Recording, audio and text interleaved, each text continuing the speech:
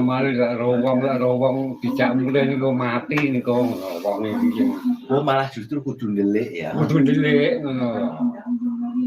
Sing mulih kok kono kuwi kok kidul kuwi kok lek dijak mulih wong sing Jangan kuwi mati. mati. Iki kaya jompretan ngono, delik-delik ngono lho. Oh ya ngri. Wong cah cilike jompretan. Wis cul. Mosok diabani ngono Pak. Ora nek ya. Ora enek.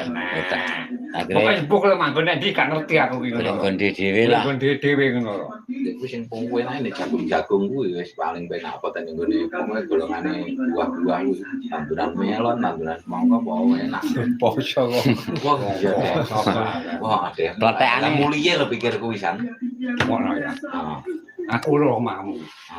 Kowe kudu roh omahku. Demite kuwi mang. Oh berarti demite ngetutne sih. Ngetutne lho kuwi piye to. Oh berarti sing Lah kok